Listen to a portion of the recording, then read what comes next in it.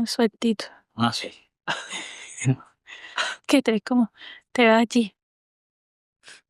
Del otro lado. Así como hacía Mayweather. Así Solo que se ve sin más. ganarme $1,000,000. Qué triste, marico.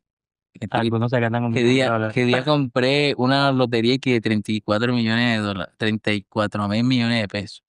Ayer, ¿no? Supone que no he visto, o sea, no he visto si gané.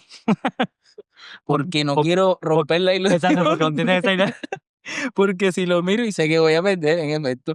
O sea, sabía que iba a perder en el momento en que cogí el libro Y elegiste de el la número. lotería y habían como 1,000 opciones. O sea, yo dije, no, marica, entonces, Imposible. mejor no veo tanto, porque, o sea, voy a perder en efecto. Y elegiste uno. Sí, elegí uno así como a las veo y me Bueno, siento, papá, no ganamos. Fabio Qué es el triste. baloto. Fabio hace balú. Yo le digo, ahora que te lo gastes, me mantiene. Y yo me dedico a la bohemia. A ser feliz. a hacer- Tú sabes que es un clásico mío para dormir. Ah. Ese. ¿Qué haría si me gano el baloto? Me pongo ahí y a veces, marica, al contrario de lo que debería, me llena de una euforia. Y entonces así, "Ay, No puedo dormir. No puedo dormir, horrible, en fin.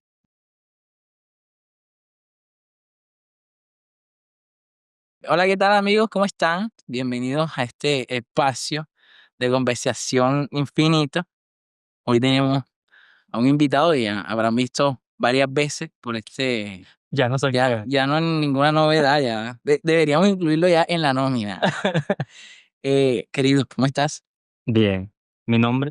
¿Cómo te llamas? La vez pasada así como que, ¿cómo te llamas? No sé, ¿de qué vamos a hablar? Le pasa ese que no hubo presentación. Yo no te Fue presenté. como después. Bueno, él es Sindulfo Márquez, mi amigo escritor.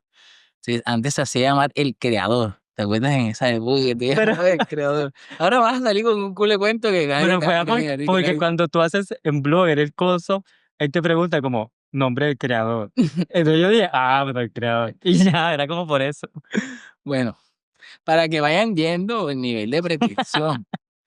Y bueno, esta vez el motivo de este capítulo es, bueno, no sé si viste que descubrieron que esta plataforma de streaming, Movie, le había recibido un montón de plata de un fondo israelí y entonces aparentemente bastante conectado con empresas armamentísticas que están bombardeando Gaza y tal. Entonces, esta gente que se sentía muy cool, muy independiente por estar comprando la suscripción de Movie, ahora descubrió que es una empresa accionista. Entonces, ahora están como huerfanitos, no saben qué hacer, ahora dónde vemos películas, no sé. Y yo a lo que los invito, a lo que lo invitaría a cualquier persona sensata, pirateen esa vaina. Si tienen alguna duda de cómo hacerlo, yo les puedo enseñar con mucho gusto, Con todas esas cosas. con todo. Pero bueno, esto me causa un poco también de impresión en el sentido de que, o sea, hubo un tiempo en que el cine era un hecho cultural. O sea, ir a cine. Estos días una pelada estaba hablando, una pelada que se llama María José, que es una creadora de contenido de TikTok. Yo no la veo mucho, me parece una pelada chévere. Y estaba... La lingüista. No, esta es una pelada que es de San Onofre. Entonces, ella estaba contando que ella, como es de San Onofre, para ir al cine tenía que ir hasta el cine más cercano, que probablemente Sincelejo, puede ser. Y entonces era como un plan de fin de semana. O sea, se organizaban, salían desde temprano, cogían un bus hasta allá, se tenían que quedar en un hotel. Sí. Porque se regresaban al día siguiente. Sí, porque no podían regresarse el mismo día, porque es una locura, ¿no? Entonces, imagínate, todo eso no había cine. Toda esa logística. Y yo me acuerdo también esa época en que uno iba al teatro ¿cómo es que se llama? El Bucanero y el otro. Yo nunca fui a esos teatros. Nunca fuiste. Bueno, era una pantalla gigante, man. Una pantalla inmensa. O sea, tú ves las pantallas de los múltiples y no tiene nada que ver. Eso me recordaba mucho cuando, no sé si era Woody Allen que decía que uno ante la pantalla estaba indefenso como si estuviera abriéndole la boca a tu odontólogo, más o Ujú. menos. Eso, o sea, estabas tú ahí, Un la espectáculo pantalla, del cine, así. sí, y la pantalla era totalizante, absoluta, se imponía con una fuerza que tú no podías controlar, ¿verdad? Puedes darle pause, adelantar, adelantar, adelantar, en fin. O sea, me da la impresión de que el cine de este tiempo es un cine que está hecho para verse mientras te haces el pelo, por ejemplo. Mucho Sí. de eso. Como que películas para eso. Hay Sí, gente que sí, dice como sí. que es una película como para mecatear, como que te ves la película Ajá. y puedes ir comiendo cosas. Pero me siento que hay películas que no puedes ver comiendo, ¿no te parece? Sí, por ejemplo, esta de Adolescencia, por ejemplo, es una película difícil de ver. O sea, porque es también muy capturante. En parte, me parece que el recurso del plano secuencia era un poco eso, ¿no? Era, Era como que vamos a envolverte en la experiencia como un observador. pero ahí, por ejemplo, ese caso que tú tomas esta adolescencia y la metes como dentro de lo cinematográfico, ¿es porque entiendes que la serie toma de del cine elementos o porque ya hay una fusión, una mezcla que hace como difícil separar el cine, por ejemplo, de lo que sería una película, una serie, ese tipo de cosas?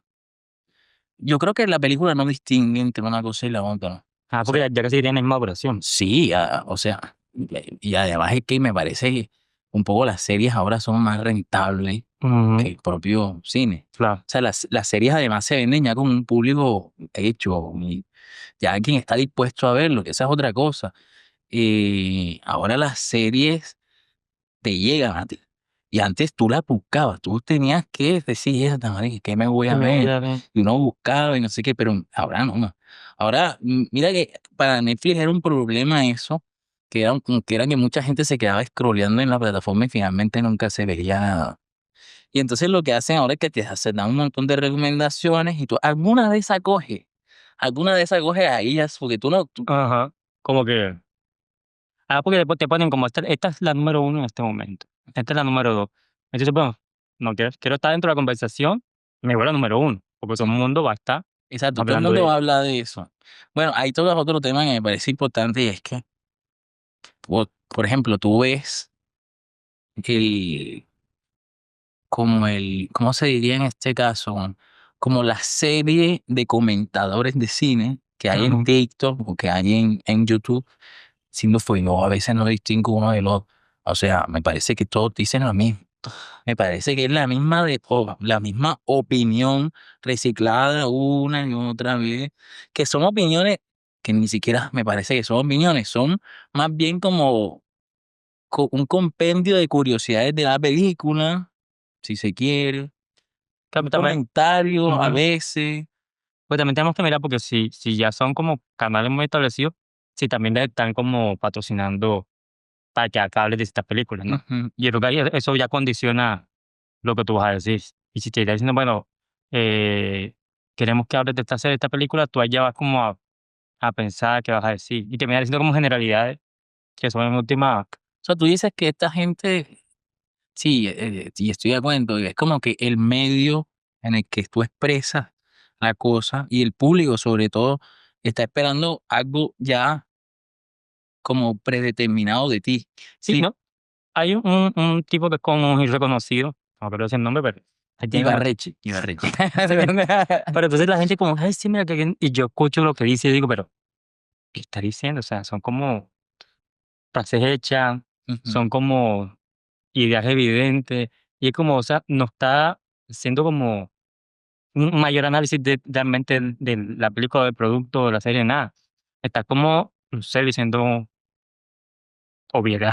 Sí, sí, Entonces o como que repasando la historia y entonces ya, o sea, casi que como que lo que vi fue un tráiler, lo que vi en tu comentario fue un tráiler de la película, pero es esto, es como que yo siento que no hay punto de vista. ajá, como, bueno, ¿de dónde la agarras tú? Porque, digamos, a mí puede que yo vea una película y a mí lo que me interesó esa película haya sido que, no sé, que miraba lo barrial. Entonces yo me quedo con eso y desde ahí yo empiezo a como a explorar la película Y se me escapan otras cosas, claro, pero es que a mí no me interesaban esas otras cosas. Claro, claro. Me interesaba era esto que yo vi allí. Sí, tú estás encuadrando. En Ujú. el encuadre quedan cosas por fuera. Fuera. Y yo, Es justamente eso, me parece. Que es como que son este tipo de lecturas que como que intentan acaparar todo. ujú, Viste que Pedro Adrián Zuluaga hablaba de este plano de 100 años de soledad. Yo no la terminé de ver, honestamente me aburrí. ujú. Yo creo que estaba muy bien hecha. No quiero hablar más de la serie, sino que a mí particularmente no No, me pero llegó. Y él decía que era un plano que contenían todo. Y en cierto sentido, la propuesta fotográfica, una propuesta fotográfica es lo que tú eliges de entre otras muchas cosas. claro, porque lo que nos enseñaron en lo que nos enseñaron en fotografía era como tú encuadras y tú dices, esto es lo que yo quiero ver. Ujú. Y tú eres consciente que este otro universo está por fuera. Pero tener la conciencia de lo que está por fuera y lo que está adentro era lo que te estaba dando a ti un punto de vista, Sí, sí, sí, sí, ¿no? sí. Porque es que tú no puedes pretender tener todo dentro del cuadro, porque como que, como que tanta información en últimas termina siendo como ruido. Un ruido que en últimas no Sí. comunica mucho. O impersonalidad también. Ujú. Pues como pedirle al ChatGPT que te dé una foto de algo. O sea, yo creo que el ChatGPT no te va a encuadrar. O sea, no está, porque no tiene un punto, digamos, no parte de una subjetividad, parte de una Generalidad. generalidad, exacto. Pues son un montón de datos generales que él tiene con los que él trabaja y Una construye. aproximación estadística, ¿no? Pero no puede encuadrar porque no es ese yo creo que podríamos hacer incluso el experimento y sería bien interesante. Pero bueno, el caso es que este capítulo, El platista que estaba pensando en esto que dijiste de la chica de San Onofre y pensaba también como cómo era el viaje para allá al cine, ¿no? Como antes. Porque yo creo que ahora, incluso ahora es como más gente está yendo, ¿no? A la sala, me parece. ujú, Pero yo recuerdo que la primera vez que yo fui a cine, yo era niño, pero no tan niño. Y recuerdo era que en el colegio te dan una boletica ajá, que ajá. para que pudieras ir, pero como era como una entrada gratis, pero Era tenía una boletica que uno podía falsificar si quería. como de un papel como impreso raro. Ajá, como de papel periódico, una cosa así. Y entonces, yo recuerdo que me vi Atlantis y el Imperio Perdido. Y yo tuve que ir porque, Ajá. claro, no había quien me llevara. Y mi amigo dijo, ve y le dices a alguna mamá que te meta, así que, ya voy. Y yo fui, y sí, enseñé los temas y me metía. Y fue como, wow, o sea, ¿Y a dónde fuiste? Que yo sí. creo que fue de la castellana. Ajá. Porque creo que ya también estaban los ejecutivos, pero ya eran como más viejos, ¿no? Yo tengo esa impresión. Sí, eran más viejos, me parece. Los de la castellana estaban ahí. Y yo recuerdo que me vi esa película, Atlantis, el Imperio Perdido. Me acuerdo que la propaganda salía en Cartoon Network de esa. Y o sea, verla como en cine fue como, wow. Y entonces yo me preguntaba como cuántos vecinos míos habían ido, fueron a verme a ver esa película, Ujú. o a qué edad fueron a una película, o si fueron algún día a ver una película al cine. Porque creo que como para todo el mundo no es un plan. Sí. Como, como, además porque hubo un tiempo también que uno podía alquilar las películas en estos DVD que vendían. Sí, sí. Oye, el tipo incluso ya para que tú te la veías se la podías cambiar y él te daba otra y se llevaba esa. Y era una economía interesante como en contraposición a Blockbuster, ¿no? Nosotros no teníamos Bueno, Blockbuster en el barrio. claramente. Teníamos era Aquí Blockbuster solamente llegó a Boca Grande. ujú. Y de ahí nunca se movió. Y no teníamos los barrios Por como eso una quebraron. además. Porque Boca Grande se quebró, me dije, en ese tiempo Boca Grande se quebró, ya no vivía nadie, no sé qué, obvio. ¿Dónde estaba la plata? Acá. ¿Por qué Fenty se hizo plata? Porque Se vino para donde tenía que ellos venirse. venían para acá, man. Claro, yo recuerdo que en cambio que el mercado de estos DVD quemados de películas se movía, pero tú veías la cantidad de películas circulando en las esquinas, los manes que iban de calle en calle Ujú. también. Y también recuerdo que en el barrio había una esquina y en esa esquina más tenía ahí como todo su, no sé, como su Como un stock escaparate ahí de lleno de películas películas. y tú podías como, ajá, quiero estas, me las llevo, me las veo, o las comprabas o las alquilabas y luego devolvías y yo te hago. De eso pasaba una cosa que me parecía muy bacana, y es que a ti, tú decías, dame una película de miedo. Ujú. Y entonces no había tráiler, no había nada, entonces Era como hermano, a la suerte. el tipo te la vendía. tipo decía, no, pasa tal cosa, no, es un peladito, no sé qué. El tipo era un curador. Ajá, ajá. El tipo, claro, tenía que hacer su trabajo. Ya hay que verse la película. Y entonces ya tú después veías si era mala o buena, pero ahora tú no te ves una película que sea mala. Sí. Ahora hay como una, yo por ejemplo, yo soy así, entonces yo digo, yo no voy a perder tiempo. Te lo digo honestamente. Pero también extraño eso, como encontrarme una película que... Además, porque estaba la otra cosa. Cuando tú empiezas estas películas, también curioso de que cuando te pusieras ahí, te saliera la imagen así que. Y pasaran la cabeza. Ah, sí, sí. Y era como, Mire, herda, me estafaron. Y entonces, como, para que la gente entienda, porque creo que capaz y nosotros somos de una generación que había un tipo, un genio, que se metía con una cámara en el en cine. la sala de cine. Y entonces grababan la película. ¿Cómo hacían con el sonido? No No sé, sé. no sé. Ah, pero se escuchaban los Los aplausos, aplausos, la la gente risa, la hablando. gente hablando. Y las cabezas salían así. Atravesaban Qué la imagen. locura, ahí.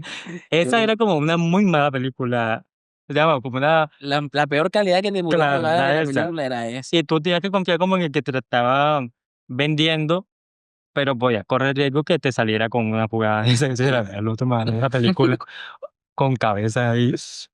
Bueno, un poco Netflix lo que viene es a estandarizarlo todo, estandarizó los formatos de audio, estandarizó el formato de visualización, o sea, la calidad de visualización, estandarizó hasta los géneros, me parece, porque tú ves la misma serie 80 veces también. O sea, tú ves Élite, la ves repetida. Sí, Claro, hay pequeñas variaciones, ¿no? Pero porque la misma. nueva Rebelde que montaron en Netflix era un Élite. Era otro Élite, Sí, era como. exacto, sí. Que me pareció que fue un error craso porque lo que tenía que seguir era otro Rebelde, Y, que y, ya había funcionado, que había sido un fenómeno mundial y todo, y no, nada. claro, pero era muy difícil porque lo que tenía Rebelde era justamente errores, Sí, ¿no? un montón, improvisación. Además, ¿tú te recuerdas que de repente había una escena, estaban hablando, no, de repente contaban, ya, el nivel de descaro era te contaban, salió una publicidad, como aquí con mi labial no sé qué cosa, corte otra vez a la conversación.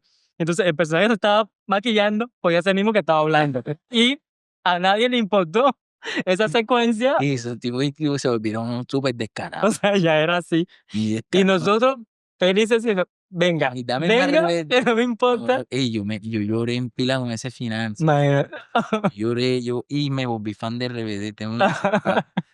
Pero bueno, en fin. Bueno, el propósito de este capítulo es hacer justamente el análisis de dos películas. Mm, Yo tiendo a creer que el análisis es sacar de fondo las cosas. O sea, como una película que podría ser eso que ya hemos dicho, como un compendio de curiosidades y, y quedar completamente relegada en un fondo de compendio de curiosidades, es sacarla con un marco muy específico y tratar de desentrañar algo de eso. algo ahí. Ponerle como dijimos, el encuadre. Sí. Yo, Un punto de vista, me parece que es eso. ¿Tú qué película escogiste? yo me vi Brain Damage, Ah, que es una película viejísima que no conocía. pero no, ¿dónde llegaste a esa película? Sin Yo como, duda. yo como que me levanté, estaba hablando así, y sale como publicaciones random sobre películas, y yo digo, "Mire", te sale la imagen, y yo ya empecé a buscar, y yo, ve qué película es. Y ahí terminé viendo la película, y dije, bueno, me la voy a ver". Y me quedé ahí viendo la película, y dije, qué película. Es que es como rara. O sea, yo ya leí lo que Sindufo va a contar y me la imagino muy gore también. Sí, Es como cine triple B, puede ser, de esos cines así que le gustaban a Tarantino, que eran es que sí, como muy baratos. ajá, como que tampoco tenía como una gran pretensión, más allá de como que tú te la vieras y te entretuvieras viéndola, como la entretención era como su gran apuesta, pero como hacer una película de cierta época empieza como a arrojar cosas, y termina. ¿A ti no te parece curioso que como yo estoy seguro que esto no está en la cabeza del creador cuando crea Ujú. este tipo de categorías, de conceptos visuales, de arquetipos, que terminan apareciendo en todas las películas de una época específica y terminan narrando esa época. O sea, paralelamente que sucede la vida y la historia del mundo, las películas van haciendo lo mismo, como sintetizándolo en conceptos y tal. Y eso me parece muy curioso porque, digamos, yo estoy seguro que esto no es una cosa que el tipo que está escribiendo el guión. Como que se pongan de acuerdo. Sí, sí, sí. Como que deberíamos escribir sobre... Ajá, ajá. Sí, yo creo que va ocurriendo porque en últimas no estamos como ajenos a lo que nos circula, pero también tiene que ver con que eres hijo de una época. Que digamos, yo supongo que quienes están ahora también creando se ven atravesados por una serie de ideas y tales, y algunos tomarán como un camino u otro, digamos. Están los que les interesa más el cine de terror, los que les interesa más el cine de acción, pero todos terminan siendo atravesados como por unos temas, una sí, problemática que están ahí, y eso empieza a salir como inconscientemente en cada... Yo pienso, por ejemplo, en la literatura, que a mí sabes que me interesa mucho, y estos escritores que no se ponen de acuerdo, pero finalmente cuando tú tomas lo que han escrito, todo termina revelando como siendo testimonio de una época. Sí, sí, sí, sí. Como siendo testigo y además creando como una textura del tiempo Ujú. también, como algo atmosférico ahí en eso también. Que a mí me parece muy curioso eso, como una época termina siempre reflejando sus valores. Ajá. En Y en todo, porque tú puedes, así mismo pasará con los pintores, así mismo pasará con los músicos, y todos terminan como Ujú. dando cuenta de la época, porque es donde estabas tú ubicado. Ahora, también pienso esto, ahorita que estás diciendo, pienso que tal vez nuestra época es un poco distinta, porque yo creo que para ellos existía en esas épocas, Ujú. existía una o muy pocas pantallas. O sea, Mm, el río de sucesos estaba como muy monopolizado, si se quiere, por el cine que se veía, que era muy poco en comparación con el que se hace ahora, que tenemos oferta del mundo, con la televisión que habían 3 canales, sí, o sea, ese río suceso era un río más bien pequeño. Ahora, bueno, las pantallas que vemos son muchas, mm, y capaz que por eso nos cuesta tanto ahora, eso que llamamos género es una cosa muy híbrida, ya no se cumple cabalmente, tiene estereotipos de otros géneros, roba de por aquí, roba de por sí. allá. Es como más difícil encontrar como ese hilo de... Pero quizás ese sea el documento que quede finalmente, ¿no? Ajá, ajá. Como esta, que eso en una película que estuvo en Netflix, sí, que se llama Las Buenas Maneras, por ejemplo, que es de Brasil, Ujú. y que tú no sabes a dónde va esa película. O sea, empieza como, como una película como muy, no sé cómo decirlo, como una historia de una mujer que queda embarazada, está enamorada del tipo, queda embarazada, pero de repente en el embarazo se torna súper raro, la barriga le salen cosas, como Ah, si tuviese un monstruo dentro, y ahí la película se va, o se sea, descarrilan. tú dices, "Ah, ¿de dónde viene esto?". Y luego también empezó otra película que se llama, no sé si era argentina, que se llama que Por favor matan, que se llama la película, Ajá, y también era como, y lo que decía la directora cuando la entrevistaron era que a ella le interesaba, como que tomaba referencias de muchas cosas y le gustaba, por ejemplo, Mingers, le gustaba eh, estas películas como donde, como de adolescentes, como que hacen coreografía y bailan. Entonces la película va ajá. ocurriendo y se supone que como que han estado matando chicas en ese lugar allá donde está, y hay un colegio y de repente Fue muy recordada esa película, en sí. y de repente está así la escena y de repente están unos chicos bailando y que na, na, porque ella dice, son muy referentes, y yo empecé a dejarlo salir aquí, y al final la película en realidad me gustó un montón, como narrativamente y también como potencia en lo que decía, y digamos, y era justamente eso, como un pastiche, como un collage de un montón de cosas. Sí. No sé si vas a estar de acuerdo conmigo también, que a veces pasa esto, me parece este pastiche muy bueno. A veces, y es porque creo que el autor incorpora justamente, o sea, hace justicia en la incorporación de esos elementos. Pero a veces pasa, y cuando digo que hace justicia me refiero a que al mismo tiempo que incorpora sus elementos, incorpora el espíritu de esos elementos. O sea, eh,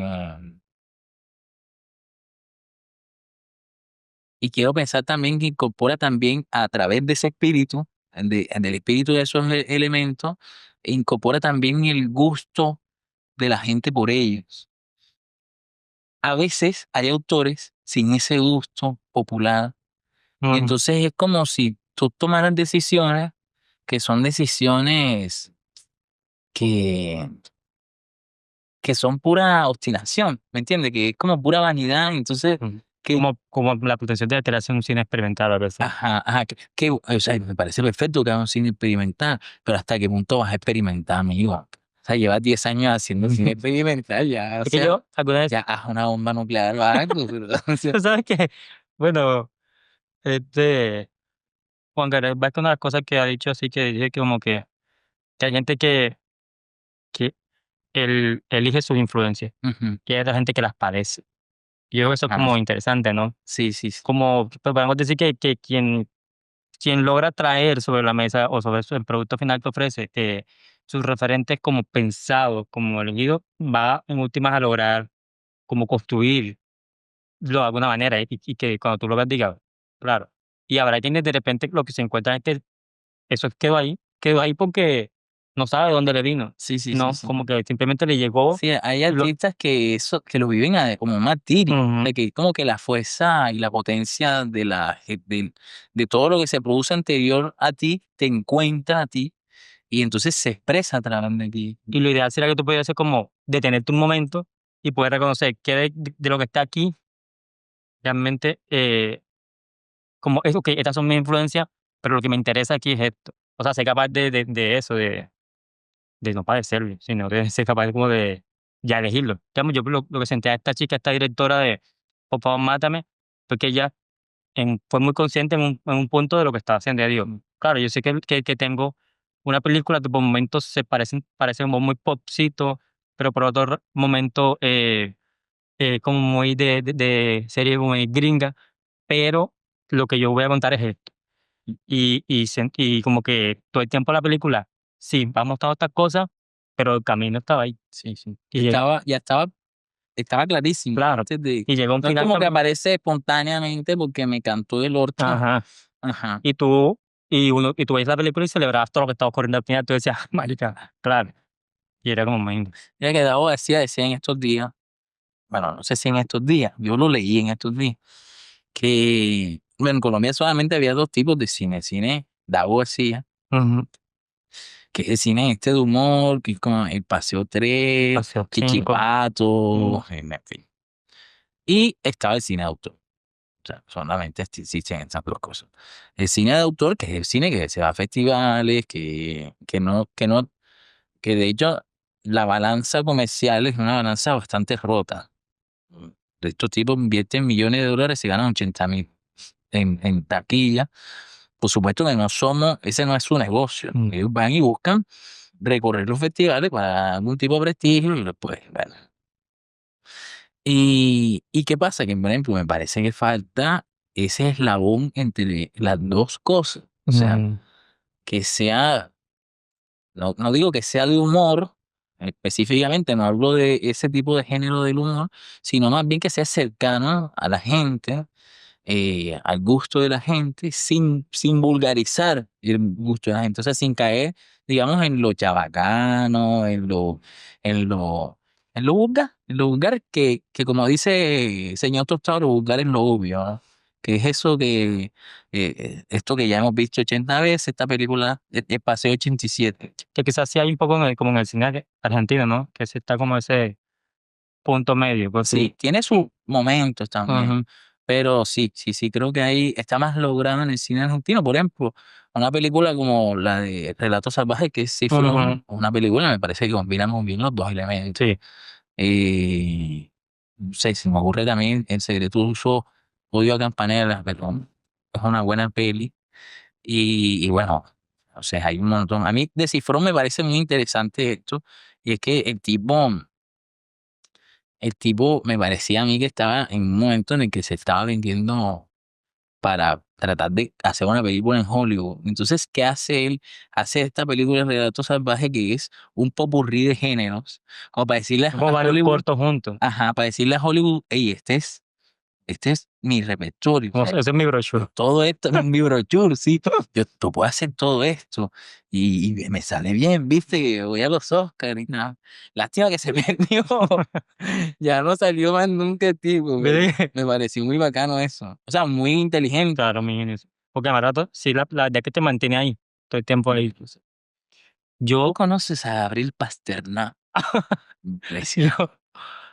yo, yo estaba pensando, voy a hacer todo, tengo esta idea como, para que me se baja Dago, y yo pienso que las grandes exploraciones de Dago como a nivel narrativo están en la novela, Ujú. ¿no? Como la saga Negocio y Familia, por ejemplo, sabemos lo que significó eso como para la televisión, ¿no? Sí. O sea, me parece que la calidad de esa novela es importante. Y creo Pecados que capitales. Pecados Capitales también narrativo, que deberían como, a mí me parece que deberían ser estudiadas como con mayor rigurosidad, porque siento que son vistas un poco como de Sí. soslayo, ¿no? Y creo que Y con un ojo así de superioridad, sí. así. Ah, no, pero tú, eso es novela. Y yo creo que eso es un problema que hay acá, ¿no? Porque yo siento que, por ejemplo, justamente lo que hizo que una serie como La Casa de las Flores tuviese tanto éxito fue que su primera temporada abrazaba la telenovela, ¿no? Era como muy consciente de la influencia de la telenovela y la abrazaba. Y a mí me pasa que yo veo otras series que hacen como productoras colombianas y latinoamericanas, y siento que justamente uno de los problemas que tiene es que narrativamente se esfuerzan por ser serie. O sea, como somos una serie, no una telenovela. Pero yo las veo y digo, pero si hay una telenovela. O sea, ¿por qué no reconocer y no abrazar el elemento, no? Como eso que ya está aquí presente, miremos qué hacemos con él. Entonces yo creo que eso es justamente lo que pasa cuando padeces tu influencia, ¿no? Como que no eres capaz de saber qué vas a elaborar con eso. Sí, porque un poco se vendió también la serie como la televisión del futuro Claro. y las telenovelas como la televisión del pasado.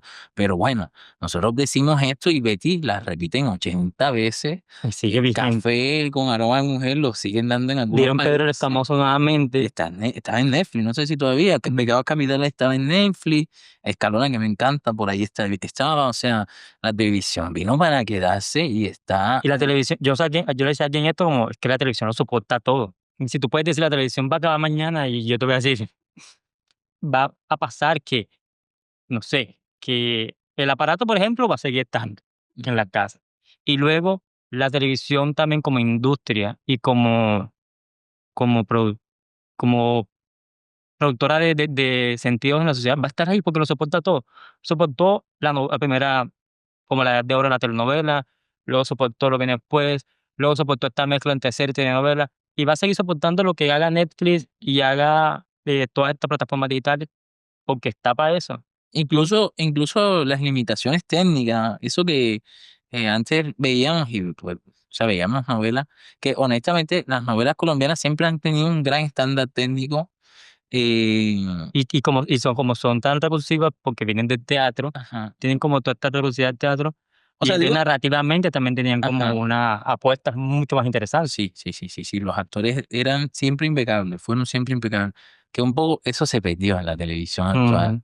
Se murieron los grandes actores, Fran Ramírez, Vicky, tengo rato que no la veo. Hay como actores que ya no salen tanto, pero los han ido reemplazando influencers, Mm. Yo, tipo yo, de modelos, tú sabes esta frase que hay como de que escuchamos de en que la no hay universidad. teatreros bonitos. Y es por eso, marica, aunque todos los teatreros son feos. Esa, ay, no. Y que, no, esta de que escuchamos mucho que pasaba más país por la telenovela que por los noticieros. Ajá. Como yo, esta es una frase Qué que, gran frase. claro, pero tú no la tienes tan clara. Tú dices, como no vivimos esa época, no entendemos a qué se refiere. Y yo tuve la posibilidad de verme Las Aguas Mansas, que Que la es, viste hace poco, ¿no? O sea, sí, me hizo como en pandemia. Como, bueno, han hecho un remake y remake. claro, de ahí viene Pasión de Gavilanes y estas cosas. Cuando tú ves Las Aguas Mansas, tú entiendes a qué se refiere. O sea, Las Aguas Mansas hablan de Bogotazo eh, y, y hablan todo el tiempo de conservadores y liberales. O sea, el contexto político del país estaba dentro de la historia y dentro de la narración, Sí. cosa que seguramente no estaba pasando en el noticiero. Entonces, tú ahí entiendes por qué se decía que pasaba mucho más país por la telenovela que por la noticiero, porque es que la telenovela estaba contando todo el tiempo como una realidad social del país. Y eso era súper interesante. ¿Qué pasa luego cuando tú ves Pasión de Gavilanes? Yo decía, Pasión de Gavilanes es una historia rara, porque ¿dónde está ubicada? Ujú. O sea, ¿dónde queda ese lugar? Sí, sí. ¿Por Es qué como se un lugar visten, recortado. por qué se visten como vaqueros? Ajá. Porque hablan como así como... Y Porque, no son llaneros porque no hablan como llaneros. no, porque además porque su manera de hablar es como tan de ningún lugar. Ajá. Porque usan palabras como, eso no te incumbe. No, porque... Y tú dices, claro, es que lo que hicieron fue quitarle todo el país a la historia y dejarte un producto que podías ser a ti, o está en México, o en Rusia, o no sé, en cualquier otra parte del mundo donde se vistan como vaqueros. Sí, tan era así que los tipos nunca construyeron esa vaina, marico, o sea, O sea, que- los tipos estás ahí mismo todo el tiempo. Además, porque dicen cosas como que, sí, voy para la capital. ¿Sí me entiendes? Sí, sí, O sí. sea, la capital es cualquier ¿Cuál capital. capital? La que sea. En cambio, la agua mansa era Qué interesante Bogotá. eso. Y ahora vamos para la costa, para Cartagena. ¿Sí me entiendes? O sea, siempre hay una geografía atravesando la historia. Eso, entonces, yo lo que pienso, por ejemplo, y tú piensas otras series como Quién mató a Sara, que tuvo como mucho Nunca boom. la vi. Nunca la Bueno, vi. la gente sí, ¿Quién mató a Sara? Y yo veía Quién mató a Sara. Y yo decía, pero es que es una telenovela. O sea, todo lo que pasaba, a mí me recuerda. Además, porque una cosa muy clara de la telenovela es, ¿sabes? Esta villana que es como mala porque sí. Sí, sí, sí. O sea, ya su único Sí, no, fin no es tiene ser mala. móvil, no tiene móvil, No, ella es como que es estreñida, marico, o sea, mala. sí. Entonces, de repente yo estoy haciendo eso, sí mato a Sara y veo por esta mamá, algo así, empezar a, como con un monólogo y una cosa y digo, pero ella, ¿por qué es mala? O sea, era como mala porque era mala. O sea, Orgánicamente, ajá, y yo decía, espontánea. solo es posible que un personaje sea malo por ser malo y es dentro de la telenovela. Porque, ¿dónde van? En las series siempre hay como un motivo. Sí, sí. En las series siempre hay Sí, siempre tienes que hacer un flashback y explicar de dónde le sale eso a la de dónde vieja. viene, porque esto viene así, pero acá es como mala. Es que la telenovela tú tienes que explicar por qué la mala es mala, porque es evidente que si hay una buena, Sí. tiene que haber una mala. Hay siempre algo en la o sea, en el casting que hacen de la persona mala, que por eso siempre la que es mala es mala. O sea, Ujú. Katherine Siachoque es mala Mala. siempre. No Ella hay solo, manera de que solo fue buena en la Juana cuando eso es. marica, Y, esa vieja es divina, ujú. Dios mío. Y luego, entonces, tan sencillo es el lenguaje de la telenovela que tú puedes ver personas y tú dices, ah, esa es la mala. Ujú, ujú. En parte también porque la gente, yo creo que tiene mucho que ver con la limitación de la televisión Ajá. colombiana. O sea, de la limitación en el sentido de acceder a la televisión, porque mi mamá me contaba que no todos los días podían ir a ver. Ujú. Y a veces había guión de un vecino. Ajá, sí. Entonces, me parece que esos son elementos que son elementos redundantes, si se quiere, porque tú, donde quiera que dejes la novela, tú tienes que entender la próxima vez que la veas. Ya nuevamente sí. Ah, exacto. O sea, tienen que ser elementos que sean unitarios, autosuficientes, perdón, para que Sí, porque cuando... no necesitas mucho tiempo para saber de qué va la vaina. Exacto, exacto, exacto. Y yo creo que eso es lo que pasa. Si tú tienes esta serie y tú te das cuenta que lo que estás construyendo tiene razonancia de telenovela, pues tú tienes de dos. O jugar a negarlo, como que siento que es lo que hacen, o definitivamente abrazar eso y traerlo al frente, ¿sí me Claro, entiendes? claro. Y jugar incluso con Ajá. esos elementos, como hizo la Casa de Las las Flores, flores, que que fue se burlarse de de todo. salirse de formato, burlarse de eso, volver a él. Sí, este personaje que habla así como una estúpida, Dios. De la hija mayor, claro. Se aprovechó porque era muy... Y era así. En cambio, siento que estas otras series, pienso en Mato Sara, pero también pienso en la otra de que es de la operación al corazón, hay como una resistencia a decir, sí, estos productos también vienen de la telenovela, ¿no? Y siento que eso es Sí, como, creo que hay también porque yo me acuerdo alguna vez RCN para competirle a Caracol, no me acuerdo el momento específico, ni me acuerdo de la serie, pero RCN sacó una serie, Caracol era novela, pero ajá, RCN sacó una serie de pocos capítulos y lo vendían así, decían, no tiene relleno. Es la primera serie sin relleno. Y es verdad, o sea, una serie se supone sí que tiene menos relleno, porque como los personajes tienen móviles, entonces están moviéndose hacia esos objetivos. En cambio, en la novela, y tú tal vez tendrás otra opinión sobre esto, para mí, si tú, por ejemplo, te quedas viendo el problema de la novela, tú te das cuenta que se resuelve a veces con una sola palabra. O sea, es como que, eche, pero man, ¿por qué no vas y le perdonas el cacho? Ya, o sea, porque evidentemente se lo quieres perdonar. O sea, ¿por qué no simplemente o tú vas y le pides perdón y se acaba la novela? Es como una palabra dilatada un montón de tiempo para finalmente. para finalmente. Es que durante mucho tiempo, y yo entiendo lo que tú dices, porque ¿qué? ¿Y tú para qué querías ver en televisión algo sin relleno? O sea, Ajá, ajá. en últimas, lo bueno de la televisión es que tú podías estar aquí viéndolo y podías estar mirando por otro lado. Ajá. Igual ibas a voltear y ya tú sabías qué estaba pasando. Y no importa en qué momento cayeras, estabas viendo lo que tenías que ver. Claro. Sí, sí, sí. Y luego, acá también lo que pasaba es que, y lo que pasaba acá era que, me te cuenta que lo que hacían cine también hacían televisión. Ajá. El caso de Dago, que Dago hacía novela, y yo creo que lo que hacía Dago era justamente esto que ya está entre los dos, era, él en el cine, él la estaba apostando como por crear un público, ¿no? Sí, sí. Y por eso estas películas como que llamaban a la gente, que la gente fuera a ver sus películas divertidas, de humor, mientras que él en las telenovelas estaba arriesgando un poco más con cosas como La Saga, Sí. como Pecados Yo me Capitales. acuerdo, Rodrigo Leal la hizo él. Yo creo que no. Pero a mí me pareció siempre muy interesante Rodrigo Leal, Esa porque novela es muy interesante.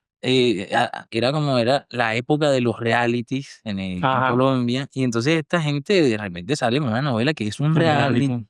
Entonces hay como un doble, nosotros como público vemos a un realizador haciendo una serie. Que esa es como más o menos la historia. Entonces lo vemos en 3 niveles. Nos vemos lo que pasa de las bambalinas, lo que le pasa a la gente, lo que le pasa al personaje principal, que es Rodrigo Leal, que es un tipo que se hace pasar por gay Eso me parece muy bacano. Eso que me parece además muy futurista. Pero Porque interesante. esto de que la gente se finge o se imposta para acceder a ese tipo de espacio y después, bueno. Y también eran como en medio contándose a sí mismo, ¿no? Porque era Ajá. la televisión contando cómo se hace televisión. Sí, sí, sí, sí. También era. Qué buena novela esa. Me la vi con mi mamá. Siempre me vi todas las novelas con mi mamá. Sí, sí. Y bueno, nada. Entonces, bueno, yo la película que escogí fue, aún estoy aquí, que es la película brasilera de Walter Salles. Me vi las películas de Walter Salles interesantes. No me había visto más que Diarios de Motocicleta. Había un elemento ahí que voy a comentar aquí que me pareció muy interesante. O sea, voy a comentar en el ensayo. La verán, que es como un móvil que se repite en todas las películas de Walter Salles, que en esta película en particular toma como una connotación distinta y que me pareció muy comentable, muy, muy interesante. Entonces, no sé, ¿quieres agregar algo más? No, creo que hablamos bastante. Sí, yo creo que ya esta introducción se fue largo. Esto va a ser un capítulo aparte. Entonces, nada, gente, los dejamos con estos, ¿cómo le llamamos? Ensayos, reseñas, La composición. composiciones. Me gusta eso. Los dejamos con estas deposiciones.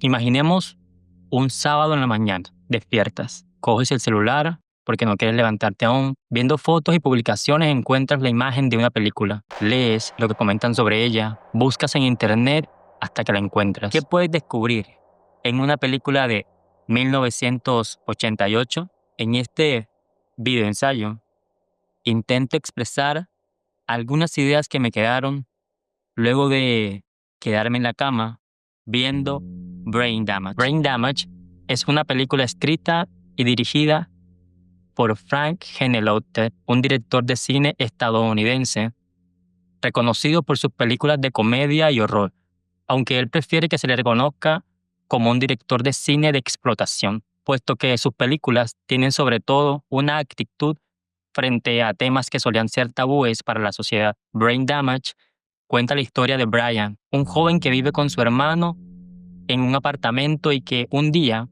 es atacado por una criatura parásita que ha vivido en el planeta por muchos años y que justo era secretamente alimentada en un apartamento por sus vecinos de edificio. En esa relación entre hombre y parásito se construye el centro de la historia. Esta película está categorizada como comedia-terror. Sin embargo, me quiero detener en el terror para analizar algunos de sus símbolos y las lecturas que me sugiere. Para esto, primero tomaré algunos conceptos del slasher, que es un subgénero del cine de terror. Aunque el slasher se caracteriza por tener un asesino enmascarado que ataca a jóvenes, como en Halloween o Scream, y esto lo aleja de la película en cuestión, hay un elemento que me resulta pertinente: el arma del asesino. El arma blanca en el slasher tiene connotaciones fálicas. De ahí que quien se salva de morir es la chica virgen, es decir, el cuerpo que no ha sido penetrado.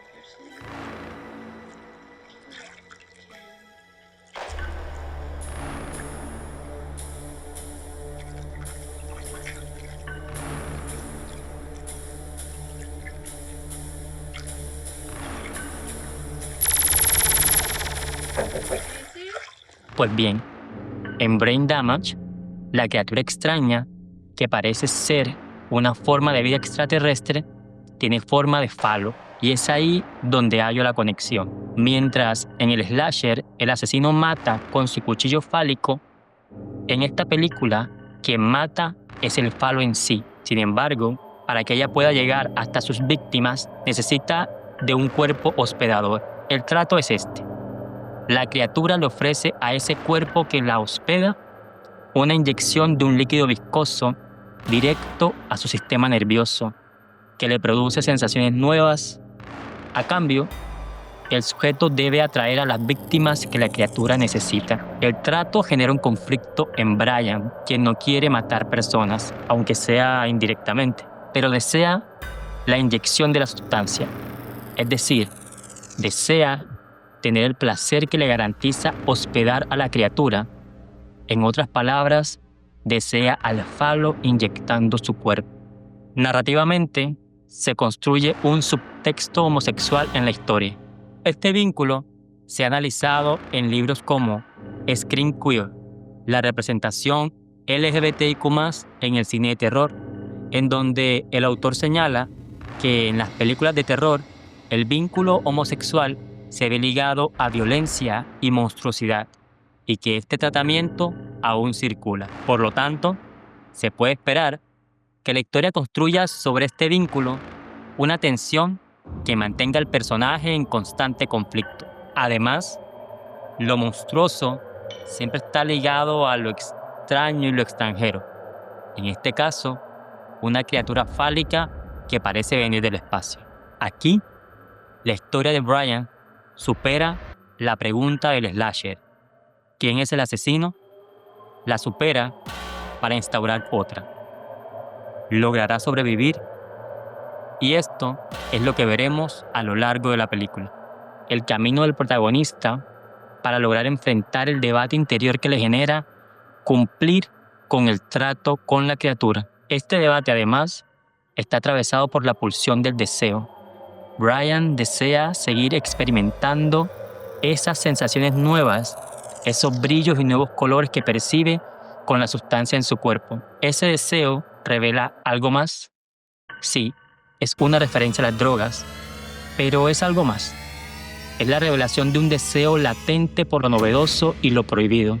Brian tiene una novia, pero a medida que avanza la trama y se cierra el vínculo con la criatura, más se aleja de ella y muestra desinterés Es decir, su deseo por ella desaparece para dar paso al deseo por la criatura fálica y su promesa de placer.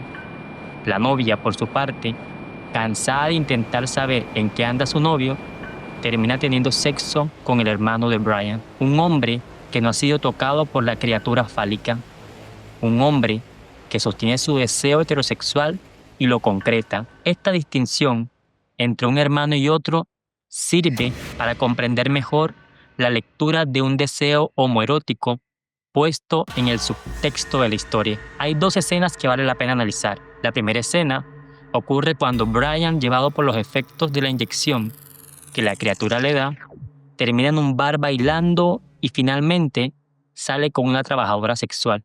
En el momento que ella baja para abrir su corredera y hacerle sexo oral, el pequeño monstruo sale y se mete en su boca. Hay una clara referencia a la felación mientras mata a la mujer, cerrando cualquier duda sobre la forma de pene del extraterrestre. La segunda escena ocurre cuando, llevado por la desesperación, Brian entra a los baños de un motel sucio en el que se está quedando y es tentado por un hombre musculoso homosexual, el cual se le ofrece, pero Brian no concreta el asunto. La criatura elige otra víctima, un sujeto que está encerrado en un sanitario haciendo sus deposiciones. Paul B. Preciado afirma que la heterosexualidad masculina se sostiene en un ano no penetrado. Resulta revelador entonces que la víctima no sea el homosexual que se ofrece, sino el presunto heterosexual desvalido, expuesto por la fragilidad de su posición, cuando tiene, por obvias razones, el ano indefenso. La criatura ataca, perforando fálicamente su cabeza. Pérez Ochando dice, en su investigación, que el slasher posee una narración iniciática que genera una identificación con el personaje protagonista, que sale de la niñez y entra al mundo adulto en un proceso de absorción de la ideología dominante. Pues bien, en Brain Damage, la narración muestra que el personaje joven adulto abandona su deseo inicial, que es de orden normativo, para abrirse al descubrimiento de un nuevo deseo, y en ese abandono del deseo normativo ocurre la identificación, porque lo que queda es la búsqueda de nuevas experiencias.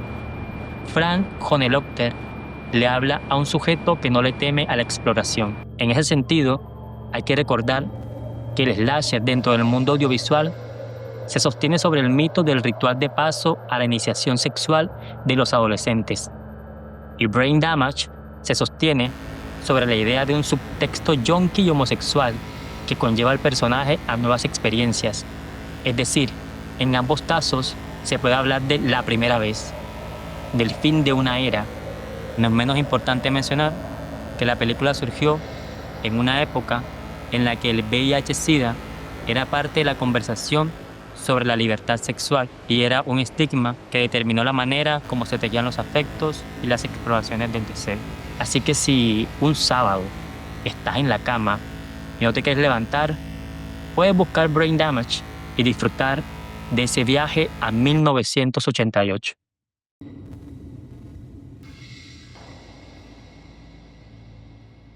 Yo me vi Aún estoy aquí, la película de Walter Salles y Gabriela Thomas, que representó a Brasil en la gala de los Oscars de este año y que narra la historia de Rubens Beirut Paiva, diputado y militante de izquierda desaparecido por la dictadura en 1971. Pero más que sobre él, la película se centra en su familia, en Eunice y sus 5 hijos, en la mujer que nace cuando el hombre muere. Esta es una película sobre la memoria íntima frente a la violencia de Estado, sobre cómo el trauma político se inscribe en lo doméstico, en el cuerpo y en el tiempo. Me llamó profundamente la atención una escena en la que la protagonista, Eunice, es conducida por agentes del servicio secreto. Ella aún no sabe que su esposo, militante de izquierda, ha sido desaparecido. Va en un carro que escolta a otro. Va rápido, pero no sabe a dónde. Avanza con la brusquedad de quien no considera el mundo de los otros. La escena se siente tensa, angustia. Es la velocidad como arma de aturdimiento, de tortura, Es lo que precede el momento en el que el militar les ofrece una capucha como tecnología de invisibilidad. Invisibilidad que es, en este caso, intrazabilidad, invisibilidad del trayecto. Cuando el año pasado el ejército iraní avisó sus ataques sobre suelo israelí, parecía, a este lado del mundo, una anacronía muy distante de la guerra inmediata de nuestro tiempo. En el escenario contemporáneo de la guerra se habla siempre de objetivos, nunca de trayectos. Los trayectos son, en la guerra, lo que contrarresta la sorpresa. Es al trayecto lo que la defensa antimisil sobrepone, en un audaz acto de engaño, imágenes para desviarlo. Estas imágenes fijadas en el cielo para voyeurs del fin de todo, que de paso nos hacían caer en la cuenta de la diferencia incluso de velocidades que hay con el mundo lejano de Oriente. Era la guerra del tiempo extensivo contra la guerra del tiempo intensivo occidental. Dejaba claro que la guerra se libra más que en el espacio, en la dimensión del tiempo. Tiempo que no es lo mismo que devenir. Algo que nos quedaba claro en las primeras películas de Walter Salles, en las que la velocidad aparece como un dispositivo de entrada al mundo. En Diarios de motocicleta, por ejemplo, Ernesto Guevara se sube a la moto para alcanzar el ritmo de un mundo ya en marcha. Es el trayecto lleno de fallas, accidentes, desvíos, lo que lo politiza. No hay doctrina previa, hay afectos, tropiezos, lesiones en la esfera inmunológica. Como diría Deleuze, el trayecto es la forma en que uno se vuelve otro. Lo mismo ocurre en Central do Brasil. Tora y Josué viajan por un país fragmentado, entre palabras, trenes y buses sobre conexiones rotas. Es una velocidad marginal, desigual, que muestra que en el Brasil profundo, moverse es aparecer. En línea de pase, el cuerpo se acelera para no quedar afuera. La moto, el fútbol, los buses. Pero en Aún estoy aquí, ese movimiento se invierte. La velocidad deja de ser revelación y opera como ocultamiento. Es velocidad sin trayecto, sin devenir, un arma. Ya en el interrogatorio, Eunice se la confronta con las imágenes de capturados por la dictadura. Capturas de capturados, objetivos sin trayectoria, imágenes para desviar la trayectoria de los misiles enemigos. Fotos que en su gesto de terror, capturados en el tiempo del poder, buscan romper al interrogado, escindiendo su imagen de su vida, deshistorizada, descontextualizada y ya por eso desmembrada. Si fotografiar es ya violentar el tiempo, es sustraer un instante a su duración, entonces capturarlo ya violentado es un ejercicio doble de violencia. Bien hacía Virilio en recordarnos que toda tecnología de visión es también una tecnología de guerra. Eunice se verá a sí misma capturada en esas imágenes, ofrecida a otros capturados como forma de tortura psicológica. En el calabozo, donde está detenida, una ventana alta, una rendija situada cerca del techo, sugiere que se encuentra bajo tierra, en una especie de búnker. Solo se cuelan sombras, retazos de luz que no permiten ver el mundo, apenas inferirlo. Como en la caverna de Platón, lo real se convierte en una proyección espectral y la verdad, si llega, lo hace como sombra. Eunice lleva el tiempo en las paredes. Es inevitable aquí no recordar aquella escena de la noche de los lápices. Eunice ya sabe que la guerra se libra en el tiempo y sabe también qué es lo desaparecido, lo que ha dejado de actualizarse en la realidad común, en la fantasía de país, en su estatus de madre. Y por eso se actualiza en la pared, donde se proyectan las sombras difusas del afuera. Aunque pronto será liberada, ella ya se ha preparado para una larga guerra de desgaste. Pero no solo tendrá que lidiar con la desaparición del esposo, también con la de la casa que planeaban construir, y la de la casa de esquina en la que vivían, de la que tuvieron que huir porque los vigilaban. Porque como decía Foucault, vigilar y castigar van de la mano. Queda solo la casa imaginaria y esa captura que hacía la hija con su cámara de cinta Voigtlander. Lo que persiste no es la imagen como documento, sino como intensidad. Esa cámara de cinta no funciona, como en otras películas de este estilo, como material probatorio. Es intimidad frágil, artesanal, doméstica, que ofrece a los sentidos el umbral de un abismo doloroso. Es persistencia afectiva. En otra escena, No seguida, pero concomitante, Eunice posa con sus hijos ante la cámara. Unos periodistas les indican que deben verse serios. Deben, según ellos, transmitirle al mundo la imagen de una familia y su falta. Quieren que el mundo se solidarice con la desaparición de su esposo. La protagonista se niega y de forma distendida contagia la risa a sus hijos. La sonrisa es una contramedida, el dolor es innegable, pero la parquedad es el repertorio de los torturadores. Es unitario y autoconcluyente. La sonrisa, en cambio, desborda la imagen. Se puede capturar el rostro sonriente, pero no el chiste que le precede. En su ilusión de movimiento se abre la posibilidad de fuga. Si para Virilio lo que aparece para desaparecer, entonces podríamos decir que lo que desaparece para aparecer. El desaparecido se vuelve exceso. Sus fotos empiezan a desbordar las cajas como si se multiplicaran. Llenan las paredes. La imagen desbordante de su esposo desaparecido es lo que impulsa a Eunice a reorganizar su vida, a tal punto que se siente obligada a estudiar derecho para reivindicar esa ausencia y llevar la lucha con su cuerpo. Es el único recuerdo, la única imagen que ilumina su anciano rostro, ya desdibujado por el Alzheimer.